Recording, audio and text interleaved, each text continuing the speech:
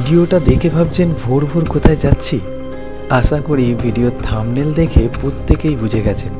হ্যাঁ, ঠিক ধরেছেন, বাঁকুড়া জেলার জয়পুর ফরেস্টে যাচ্ছি।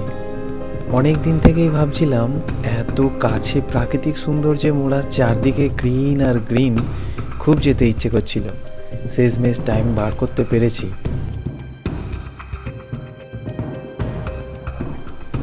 আজকের ট্রাভেলটা শুরু করলাম মানকুণ্ডু চন্দননগর থেকে।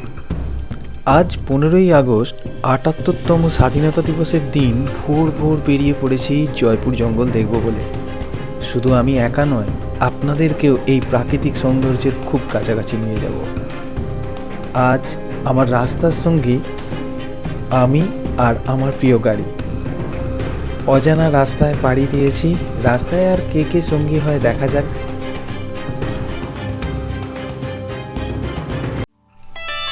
নালিকুল থেকে আরামবাগের রাস্তার দিকে যেতে চারিদিকে সবুজ ধানক্ষেতের মাঝখানে অপূর্ব এক কালী মন্দিরের দর্শন হলো।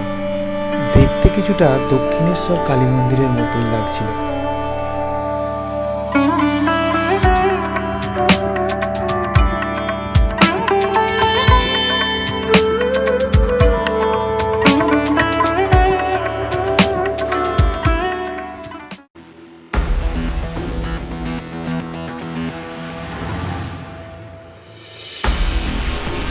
আজ দিনটা 15ই আগস্ট।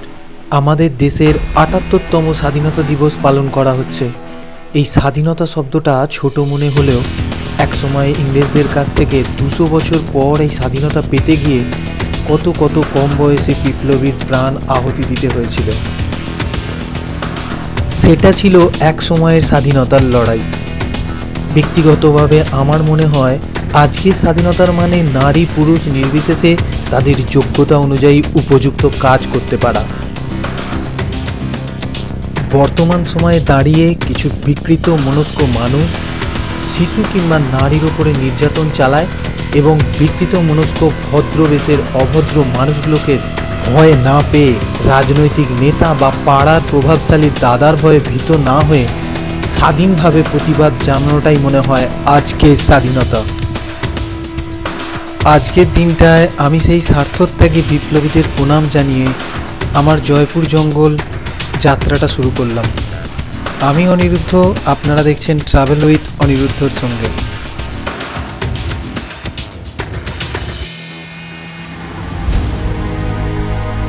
আমার এই ভ্রমণের রাস্তার ম্যাপটা একবার বলে দিই। চন্দননগর থেকে বাই বাইক আর কারে আসতে গেলে শ্বেতপুর দিল্লি রোড ক্রস করে নান্দা নসিবপুরের ওপর দিয়ে তারকেশ্বর রোড ধরলাম। নানিকুল থেকে লেফট টার্ন নিলাম। এরপর আরামবাগ কলকাতা হাইওয়েতে উঠলাম। হাইওয়ে থেকে সোজা বাঁকুড়ার দিকে যাত্রা শুরু করলাম।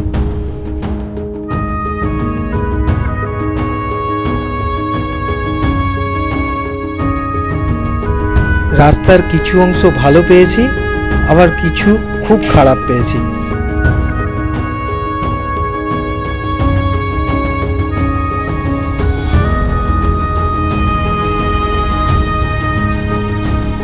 তবে 117 কিলোমিটারের রাস্তা আমার সময় লেগেছে 3.5 ঘন্টার মতো। ওভারঅল সফরের মজাটা ডেস্টিনেশনে পৌঁছানো পর্যন্ত বেশ ভালোই ছিল।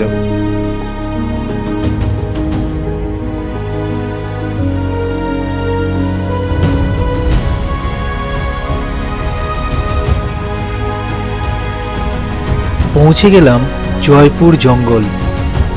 জয়পুর জঙ্গল শাল, পলাশ, মহুয়ার জঙ্গলে ঘেরা 4 কিলোমিটার লম্বা সবুজ জঙ্গলের মাঝখান দিয়ে চলে গেছে চমৎকার এক রাস্তা। যারা অ্যাডভেঞ্চার পছন্দ করেন, নেচার লাভার, ইভেন বাইকাররাও এই জায়গা অনেকেই পছন্দ করবেন। আমি তো বর্ষার সময় এসেছিলাম জয়পুর জঙ্গল দেখতে। বর্ষার সময় জয়পুর জঙ্গল আরো ক্লিন, আরো গ্রিনারি হয়ে উঠেছে। রোডটা পুরো কভার হয়ে আছে সবুজ গাছে।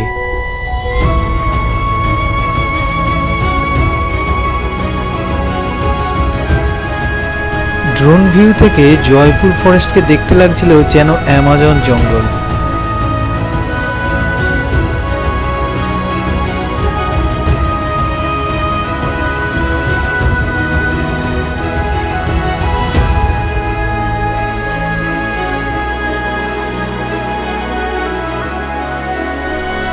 কিছু কিছু জায়গায় বোর্ডে লেখা দেখতে পেলাম elephant crossing, deer crossing.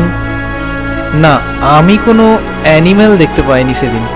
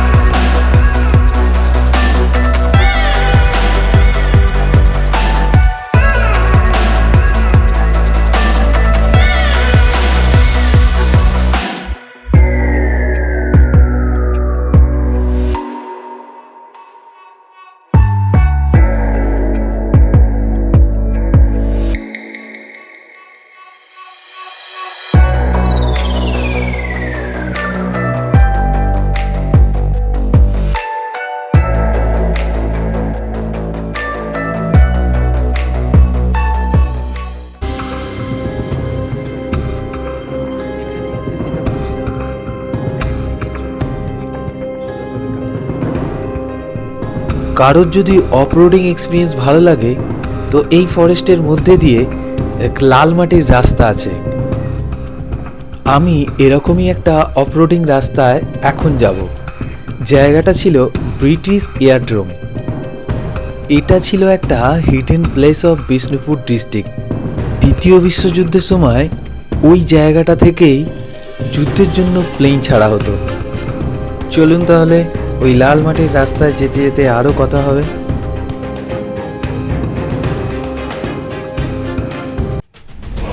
Jaipur জঙ্গলের মেন রাস্তা থেকে কিছুটা এগিয়ে দেখা যাবে এক পুলিশ চেকপোস্ট।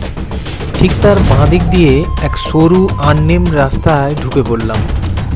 এখানে ঢুকতেই যেন জয়পুর জঙ্গলের আরও কাছাকাছি চলে এলাম।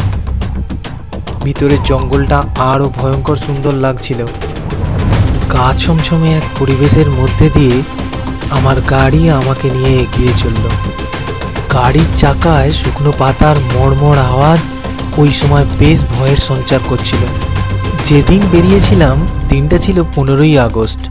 কিছুটা যাওয়ার পরে ইন্ডিপেন্ডেন্স ডে উপলক্ষে কিছু বাইকারদের সঙ্গে দেখা হয়ে গেল। জিজ্ঞেস করাতে তারাও আমার মতো একই গন্তব্যের দিকে যাচ্ছে বুঝতে পারলাম। লাল মাটির রাস্তা, তার উপর আবার বৃষ্টি পড়েছে। মাটির গন্ধ, বৃষ্টি ভেজা গাছের পাতা, ওহ সে কি অপূর্ব দৃশ্য অনুভব করতে করতে আমার গাড়ি আমাকে নিয়ে এগিয়ে যাচ্ছে। খুব বেশি বৃষ্টি হলে এই রাস্তা দিয়ে আসতে পারতাম না, কারণ এটা নন মেনটেনেন্স রাস্তা। এখানে লোকজনের আনাগোনা অনেক কম। নেহাত আজ 15ই আগস্ট, তাই লোকজনের আনাগোনা লক্ষ্য করলাম। এখানে এসে কিছু লোকাল ভাইদের সঙ্গেও পরিচয় হলো। তাদেরও গন্তব্য ছিল একই দিকে, মানে ব্রিটিশ এয়ারড্রোম। লোকালের কাছে শুনে জানতে পারলাম এটা চাতাল নামে পরিচিত।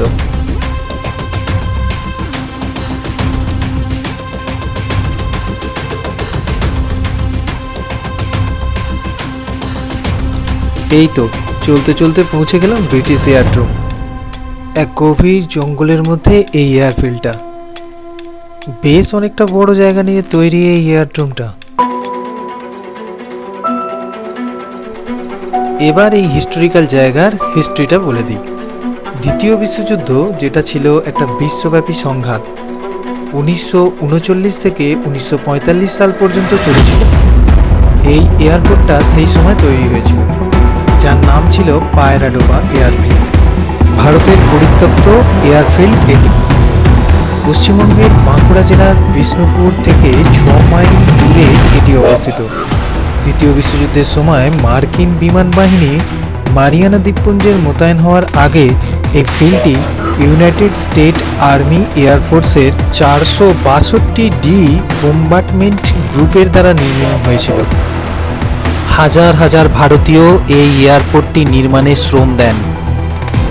তখন মাত্র 4 বছর ব্যবহার করেছিল এই আমেরিকানদের দ্বারা তৈরি এই এয়ারপোর্টটি। বর্তমানে ভারতীয় বায়ুসেনার হাতে এই এয়ারপোর্টটি দিয়ে দেওয়া হয়। আজ এই এয়ারপোর্টটা সময়ের কালক্রমে হারিয়ে যেতে বসেছে। বিষ্ণুপুর বেড়াতে এলে এই জায়গায় ঘুরে যেতে পারেন, বেশ ভালো লাগবে। 15ই আগস্ট আমাদের স্বাধীনতা দিবস। এই দিনটি সত্যিই আমাদের কাছে অত্যন্ত আনন্দের দিন। ইংরেজদের 200 বছর শাসন এবং শোষণের পর অনেক আন্দোলন করে অনেক সংগ্রামী বিপ্লবীদের রক্তক্ষয়ে আমাদের এই স্বাধীনতা এনে দিয়েছে। বলা ভালো, আমাদের মুক্তভাবে নিঃশ্বাস নেওয়ার জায়গা করে দিয়েছে। আমাদের মুক্তভাবে ঘুরে বেড়ানো, মুক্তভাবে চিন্তা শক্তির জায়গা করে দিয়েছে। সেই সংগ্রামী বিপ্লবীদের আমরা সব সময় স্মরণে রাখব। কিন্তু বর্তমান সময়ে দাঁড়িয়ে দেশের কিছু স্বার্থপর ক্ষমতালোভী নেতারা দেশের জনগণকে সাহায্যের নাম করে জনগণের আত্মমর্যাদা, আত্মসম্মানকে কেড়ে নেবার চেষ্টা চলছে প্রতিনিয়ত। এরা দেশের নাগরিককে স্কিল শেখায় না, যে তারা যেন নিজের রোজগার, নিজের আত্মসম্মান বোধটাকে জাগিয়ে তুলবে। তা না করে পরাধীন ভারতের মতো দেশের প্রভাবশালী নেতাদের পদদাস হয়ে উঠেছে।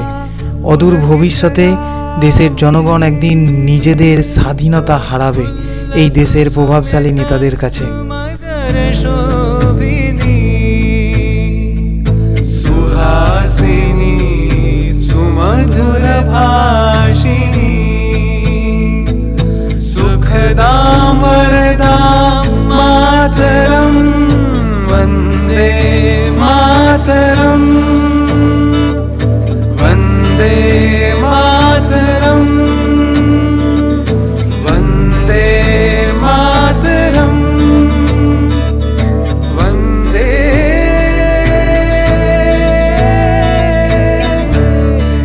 मातरम्।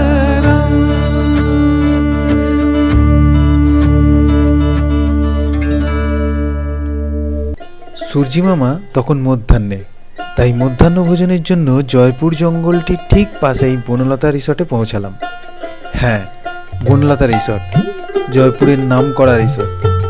চলুন মধ্যাহ্ন ভোজনের সঙ্গে সঙ্গে এই রিসর্টের জায়গাটা আপনাদেরকে ঘুরে দেখাই।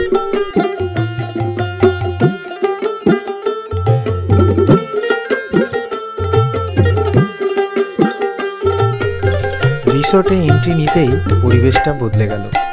সবটাই সাজানো গোছানো এক গ্রাম্য পরিবেশে তৈরি করা হয়েছে। শহরতলি মানুষের এই জায়গাটা বেশ ভালো লাগবে। চারপাশে সবুজ গাছগাছালির মাঝখানে এই রিসর্টটা তৈরি। এখানে ছোট ছোট মাটির তৈরি ঘরে বিলাসবহুল থাকার ব্যবস্থা আছে, যার ভাড়া পার ডে 10,000 টাকা। এই রিসর্টের চারপাশে ছড়িয়ে আছে সরু সরু লাল মাটির রাস্তা।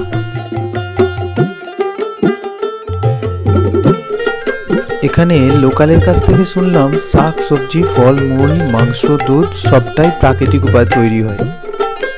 এখানের গবাদি পশু, মাছ, পশু পাখি সবই চাষ হয় এই রিসর্টের খাদ্য সরবরাহ করার জন্য। এইসব কাজকর্ম দেখাশোনার জন্য প্রচুর পরিশ্রমী লোক এখানে কাজ করেন।